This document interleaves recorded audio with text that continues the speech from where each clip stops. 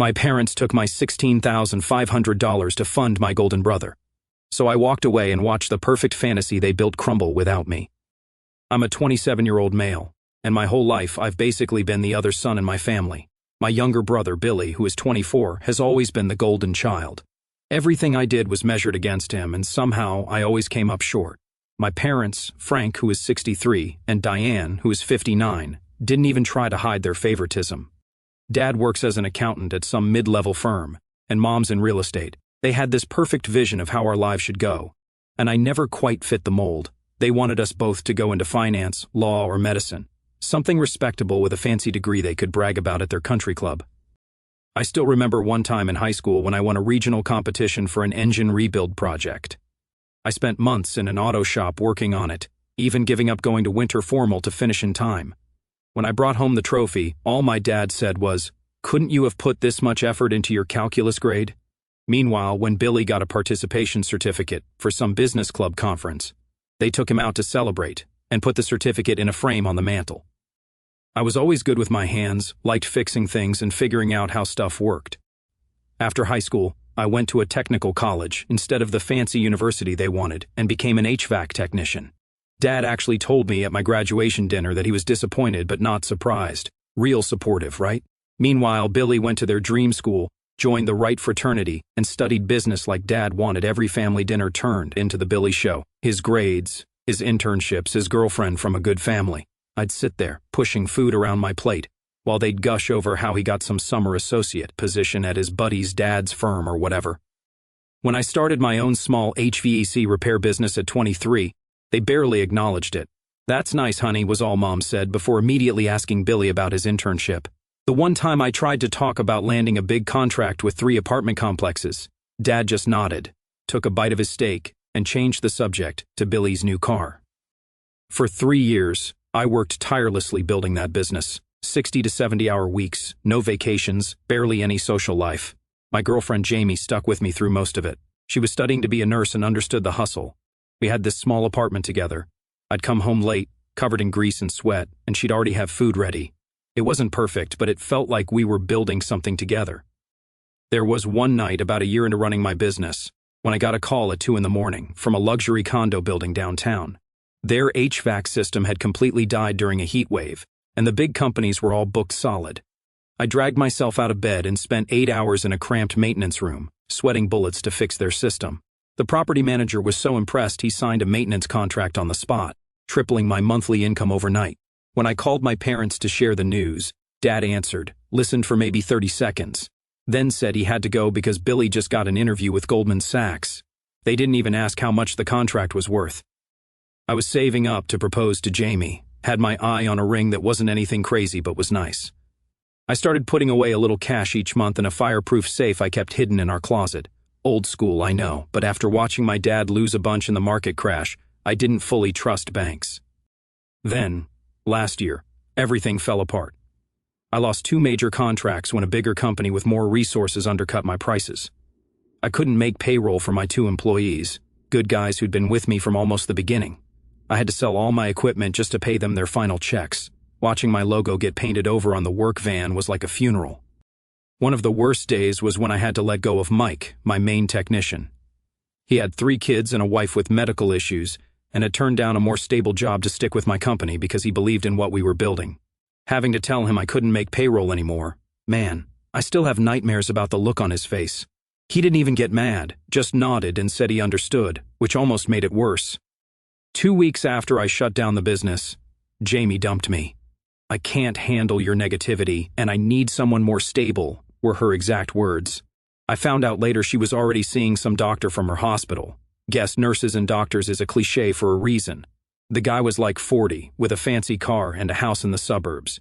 Can't really compete with that when you're sleeping on your friend's couch. So, there I was, 27 years old, business gone, girlfriend gone, apartment I couldn't afford anymore.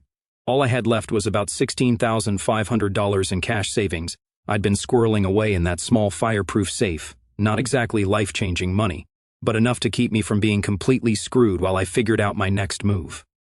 I called my parents, swallowed what was left of my pride, and asked if I could crash at their place for a couple of months until I got back on my feet. The silence on the phone before they answered told me everything I needed to know about how welcome I was. They agreed, but the way my dad said, "I suppose we can make room," made it clear I was a burden, not a son needing help. Moving back into my childhood bedroom was weird. They'd mostly converted it into a home office with my dad's fancy ergonomic chair and framed certificates from accounting seminars all over the walls. I was sleeping on a pull-out couch, surrounded by file cabinets, and staring at my dad's golf trophies. Nothing says you're a temporary guest in your own family quite like that setup. I found out later they'd converted my room literally the weekend after I moved out for college. Billy's room was still perfectly preserved with his high school trophies and posters, even though he hadn't lived there in years. From day one, the rules were clear. I needed to contribute and not be a freeloader. So, I basically became their unpaid handyman. I fixed the dishwasher that had been making weird noises for years, replaced the bathroom fan, rewired the garage door opener that they'd gotten 3 quotes to fix, all too expensive. I mowed the lawn, painted the deck, cleaned the gutters, basically saved them thousands in contractor fees. My dad would literally leave little lists of tasks on the kitchen counter for me. No good morning or how'd you sleep, just a yellow legal pad with jobs for today written at the top. Meanwhile, I was sending out resumes, going to interviews, trying to rebuild some kind of life. The kicker was when their neighbor slipped me a $50 bill after I fixed her sprinkler system. My mom saw and made me give it back, saying it was inappropriate and I should help the neighbors, as a courtesy. Later that same day, I overheard her on the phone bragging to her friend about how her son was so handy around the house and how much money they were saving on home repairs, like I was some kind of free labor they'd cleverly acquired. Billy would swing by for Sunday dinners in his shiny Audi, graduation gift from the parents, of course, and act like I was the family charity case. He had this condescending way of asking, "How's the job search going?" while checking his expensive watch or scrolling through his phone. He was working at some investment firm downtown, constantly humble bragging about his clients, accounts, and quarterly bonuses. My parents ate it up like it was candy. Billy's being considered for a promotion already. Billy just put a down payment on a condo. Billy's dating the daughter of the firm's partner. Meanwhile, I'd mentioned an interview I had for a maintenance supervisor position at a local factory, and they'd barely nod before asking if I'd fixed the leaky faucet in the guest bathroom yet. There was one Sunday dinner that really sticks in my mind. Mom had made Billy's favorite meal, despite knowing I'm allergic to shellfish. When I pointed this out, she acted all surprised and said, "Oh, I forgot. There's leftover meatloaf in the fridge you can heat up," like I was the family dog getting scraps. Billy actually laughed. Right then, I should have known something bad was coming. The whole time, my safe with my savings stayed hidden in my closet behind some old winter coats. I never mentioned it to anyone. That money was my only safety net, my only shot at getting out of there with some dignity. I was planning to use it for first and last month's rent on a new place once I locked down a steady job. About 7 weeks after I moved back, we had this big family reunion at my parents' place. Aunts, uncles, cousins, the works. My dad grilled overpriced steaks, my mom made a big show of her famous potato salad, literally just store-bought with extra mayo, and Billy arrived 2 hours late with his new girlfriend, Mackenzie, who looked like she'd walked out of a country club catalog, designer sunglasses, tennis bracelet, the whole 9 yards. My cousin Danny was the only one who actually treated me like a normal human being. He's a mechanic at this high-end garage, so I guess we're both the blue-collar disappointments of the family. We were catching up in the corner of the yard, talking about maybe going in together on a side business doing custom car modifications, when I noticed Billy giving me weird looks all afternoon. At one point, I went inside to grab more napkins and caught him coming out of my room. He claimed he was just looking for the bathroom, which was nonsense since he grew up in this house and knows exactly where everything is. When he hugged me goodbye at the end of the day, it was this awkward, too-long embrace that felt off, like he was trying to distract me from something. That night, after everyone left, I went up to my room and just had this gut feeling something was wrong. Call it intuition or whatever, but something felt off. I checked my safe, hidden behind the winter coats in the closet. It looked completely untouched from the outside. The keypad was fine, no scratches around the dial. I put in my code, turned the handle, and it was empty. Completely empty. I literally sat down on the floor, staring at it. Then, like an idiot, I closed it and opened it again, thinking maybe I was just tired and seeing things. But no, my $16,500 was gone.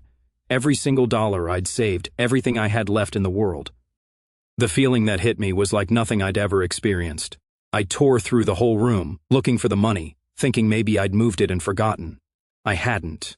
I checked under the mattress, behind the drawers, inside my shoes, anywhere someone might hide cash in a hurry. I was tearing the room apart when my dad appeared in the doorway, leaning against the frame with this smug look on his face. He wasn't even trying to hide it. "The family had a discussion," he said, all calm and collected, like we were talking about the weather. "We decided it's time you actually contributed something meaningful." Then he dropped the bomb. They'd taken my money to pay for Billy's MBA application fees and first semester deposit, said it was an investment in the family's future since Billy would actually make something of himself. I lost it, told him it was theft, plain and simple, said I'd call the cops. He actually laughed and said, "Who do you think they'll believe? The respected accountant or the failed handyman living in his parents' house?" That's when I looked him dead in the eye and said, "Then I guess you won't mind what happens next." He just smirked and walked away, like I was some kid making empty threats. Little did he know how serious I was. I couldn't sleep that night. Just lay there staring at the ceiling, this hollow feeling in my chest where my last bit of hope used to be. My own parents, the people who were supposed to love and protect me, had stolen from me when I was at my lowest, and they weren't even sorry about it. They thought they were right. By 5 in the morning, I had packed everything I cared about, some clothes, my laptop, tools, and most importantly, this old document folder my grandfather had given me years ago that my parents didn't know about. I left before anyone woke up, didn't even leave a note, just got in my beat-up Toyota with the check engine light that had been on for months and drove.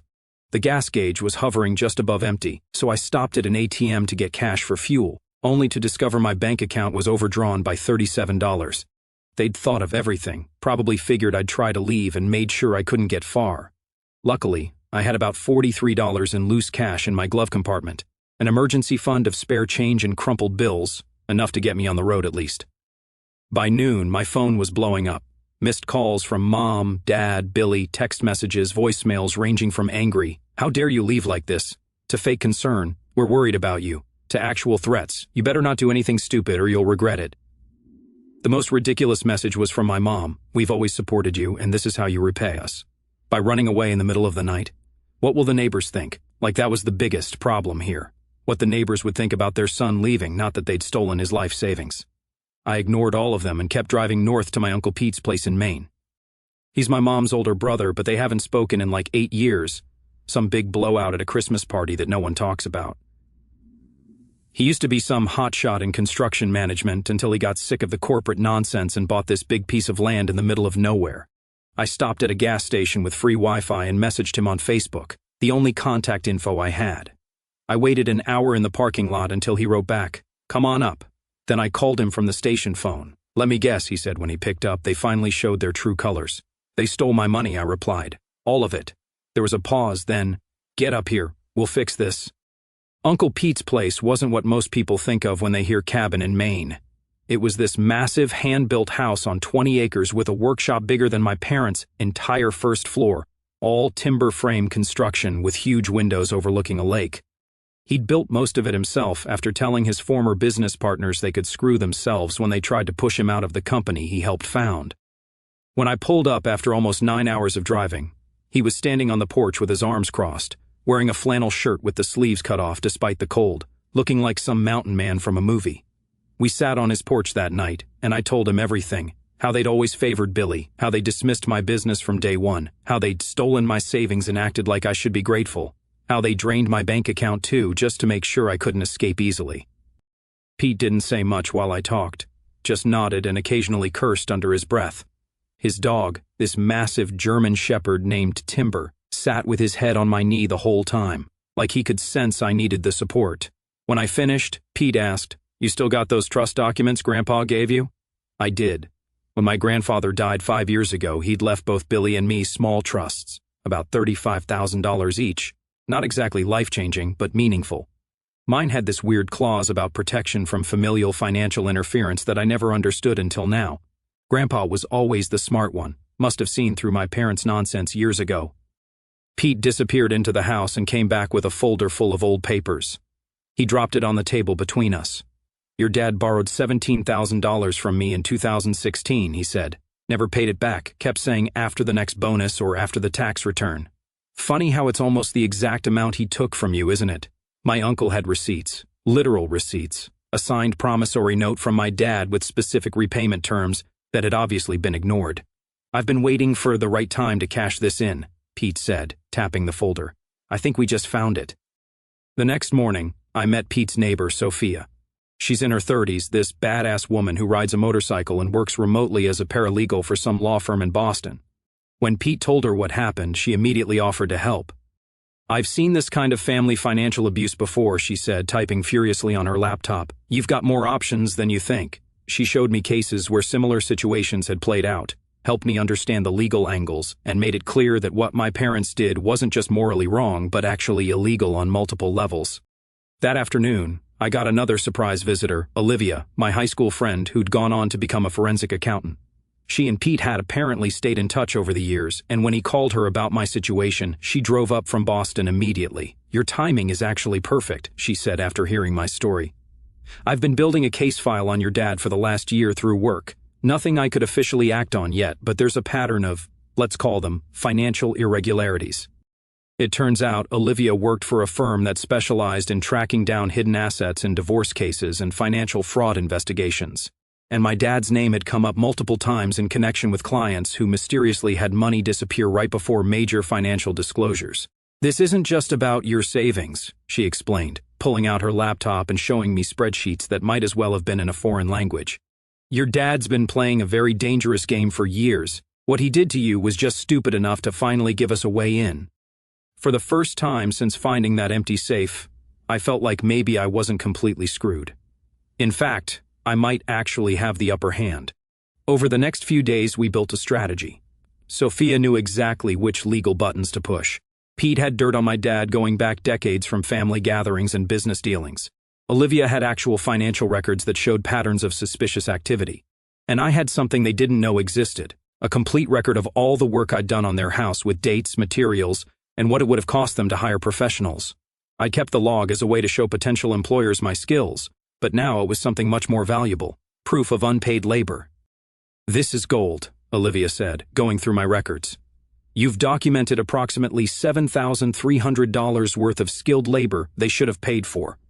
Combined with the stolen savings, we're looking at a significant civil claim, even before we get into the potential criminal aspects."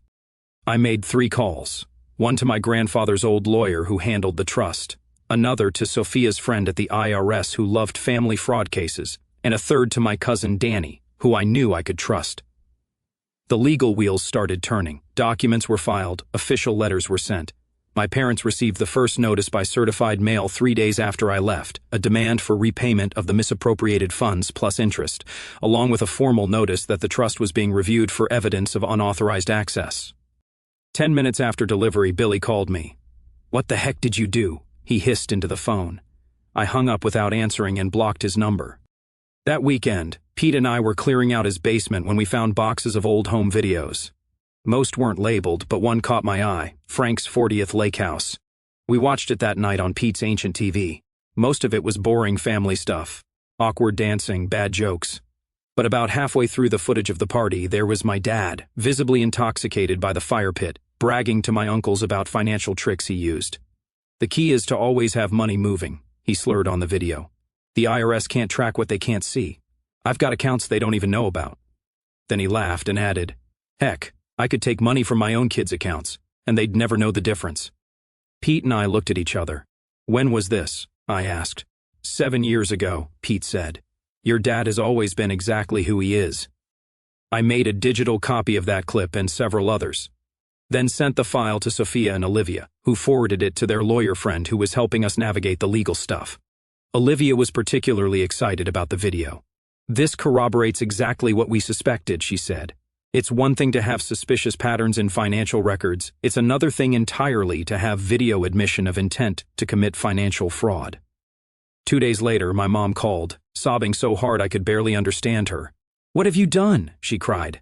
"They're saying we could lose the house. Your father is beside himself. How could you do this to your family?" Notice she didn't apologize for stealing my money, didn't even mention it.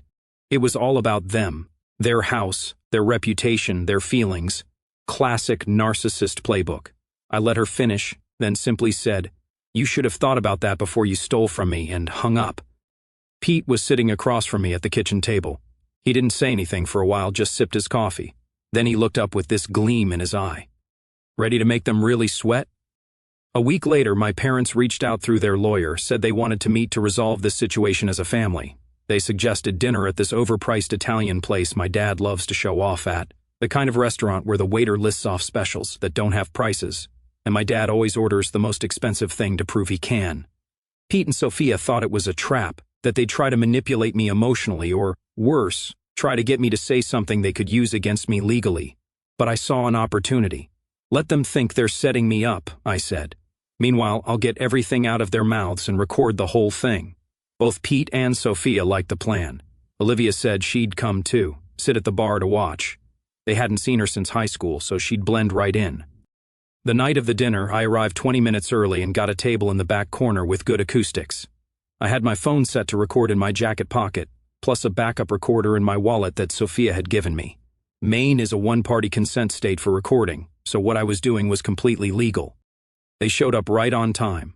All of them dressed like this was a business meeting, not a family dinner. Mom had this fake smile on her face. Dad looked annoyed, like this was all a big inconvenience, and Billy looked nervous, kept fidgeting with his watch. Dad extended his hand, like we were closing a deal. I ignored it. "Let's just sit down," I said. The whole dinner was this weird performance. They took turns telling me how concerned they were about my mental state. Dad tried to explain that taking my money was actually for my own good, because I clearly couldn't manage it responsibly. He cited the failed business as proof. Mom kept dabbing at her eyes with a napkin, talking about how the family name was being dragged through the mud and how their friends at the country club were starting to ask questions. Olivia was there, keeping tabs from the bar. She didn't miss a word. Billy was the worst. He actually said, "Bro, I'm sorry you're upset, but it was a family decision. We all agreed your money would be better used for my MBA. I'll pay you back someday when I'm making the big bucks. You should be happy. I'm going to turn it into way more than $16,500. I just kept asking questions, playing dumb. "So, you all voted to take my money without asking me? And Dad, you knew the combination to my safe. How exactly? Mom, were you aware that taking someone's money without permission is legally theft?" By dessert, they thought they were winning me over. Dad ordered an expensive drink to celebrate family coming together. That's when they slipped up. "The funny thing is," Dad said after finishing his glass, "we didn't even need your money for Billy's deposit. We could have covered it ourselves." Mom giggled. "But why would we use our vacation fund when you had cash just sitting there doing nothing?" Billy chimed in. "Besides, it's not like you were using it for anything important. You were just hiding it while living rent-free in our house." Dad raised his glass to family priorities, he said, clearly thinking he'd won. I pretended to check my phone, confirmed I'd gotten everything recorded clearly, then looked up at them. "Thank you for making this so easy," I said quietly. "What do you mean?" Mom asked, her smile faltering. "I mean, I just needed you to admit what you did and why you did it, and you just did." The color drained from Dad's face. Billy started spluttering something about family privacy. Mom just stared. I stood up. "Enjoy your dinner, the bill's on you, obviously." Walking out of that restaurant was one of the best moments of my life. I could practically feel them staring at my back as I pushed through the door. Olivia followed a few minutes later, practically bouncing with excitement. "That was freaking perfect," she said. "Your dad just confessed to theft with witnesses present." The next morning, I sent the recording to our lawyer. By noon, they had filed amended complaints, adding admissions of premeditated theft, conspiracy, and financial abuse. But that was just the beginning. Uncle Pete had been busy too. Remember that promissory note my dad signed for the $17,000 loan? Pete had filed it with the county clerk, along with a lien against my parents' house. They'd been trying to refinance to pay for fancy renovations, granite countertops, and some ridiculous outdoor kitchen setup. Now they couldn't. The bank froze the application instantly when the lien appeared. Olivia went into full forensic accountant mode, working with Sophia's IRS friend. She was particularly interested in something my dad mentioned on the recording about moving money between accounts to hide it. "Your father has at least 3 shell companies," she told me after 2 days of digging, "and he's been using them to hide income for years. From what I can see, he's underreported at least $150,000 in income over the past 5 tax cycles. Turns out, the IRS doesn't take kindly to people bragging about hiding money from them. They opened a formal investigation, starting with an audit of the last 7 years of tax returns. Then came the trust hammer. My grandfather's trust had specific conditions. If any family member tried to unduly influence or coerce financial decisions related to the beneficiaries, control of both trusts would revert to the executor, who happened to be my grandfather's oldest friend, a retired judge named Harold. When Harold heard the recording and saw the evidence, he was furious. Not only did he freeze Billy's trust completely, he triggered the penalty clause, which meant my parents were now required to account for every penny they'd managed from either trust over the past 5 years. That's when we discovered they'd been skimming from Billy's trust too, borrowing money for years while telling him it was just growing slowly because of market conditions. They'd taken over $20,000 from his trust fund for their own expenses, things like their fancy anniversary trip to Italy and Dad's ridiculous midlife crisis car. 3 days after the dinner, I drove by my parents' house out of curiosity. There was a black sedan in the driveway with government plates. My dad was standing in the front yard, red-faced, gesturing wildly while a woman in a suit took notes. Mom was visible through the window, sitting at the kitchen table with her head in her hands. Guess the IRS doesn't waste time when they smell blood in the water. But what I didn't expect to see was the neighbors gathered across the street, not even trying to hide the fact that they were watching the whole thing. Later, Danny told me the story had spread through the entire neighborhood. Everyone knew my parents had stolen from their own son, and now they were facing federal investigators. For people who cared so much about appearances, this had to be their worst nightmare. My mom called me that night, not crying this time but screaming. "Do you have any idea what you've done?" she shrieked. "Your father might lose his license. The firm is putting him on leave. We can't access any of our accounts. Even our credit cards are frozen. They're saying something about identity fraud." All the neighbors saw the government agents. The neighbor wouldn't even look at me at the mailbox. I waited until she ran out of breath. "Sounds like consequences," I said, and hung up. Meanwhile, Olivia had been digging deeper into my parents' financial history and found something interesting, a quiet little account in my name that I never knew existed. Apparently, when I was 18, my dad had opened it using my social security number, claiming it was a custodial account for educational expenses. He'd been filtering money through it for years, using it as a tax shelter, classic identity fraud. Olivia explained, "He opened the account when you turned 18, so technically you were an adult, and the bank wouldn't require your presence if he had all your documentation, which, as your parent, he would have had access to." That discovery led to 3 more accounts, all using variations of my or Billy's information. Classic identity fraud, the kind that carries actual jail time. I sent an anonymous tip to my dad's firm about potential financial improprieties involving client funds. Given the ongoing IRS investigation, they couldn't afford to ignore it. They launched an internal audit the same day and put my dad on administrative leave pending the results. Then I called my cousin Danny, who works at the garage where my dad gets his precious BMW serviced. Turns out, Dad had been running a little side scam for years, claiming business expense deductions for personal vehicle maintenance. Danny had copies of service records where my dad specifically asked them to change the description on the invoices from detailing to client meeting transportation preparation. Those went straight to the IRS too.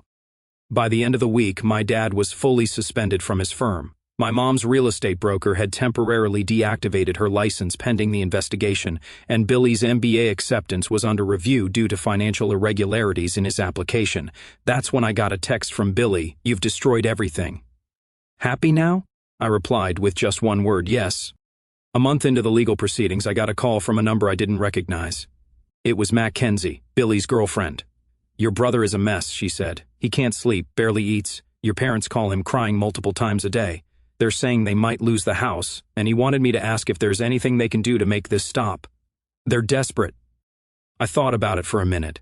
"Tell them I want my $16,500 back, plus $10,000 for the work I did on their house, and I want it by the end of the week. Oh, and one more thing. I want them to admit what they did in writing and sign it." 2 days later, Billy showed up at Uncle Pete's place, looking like he'd aged 5 years and a month.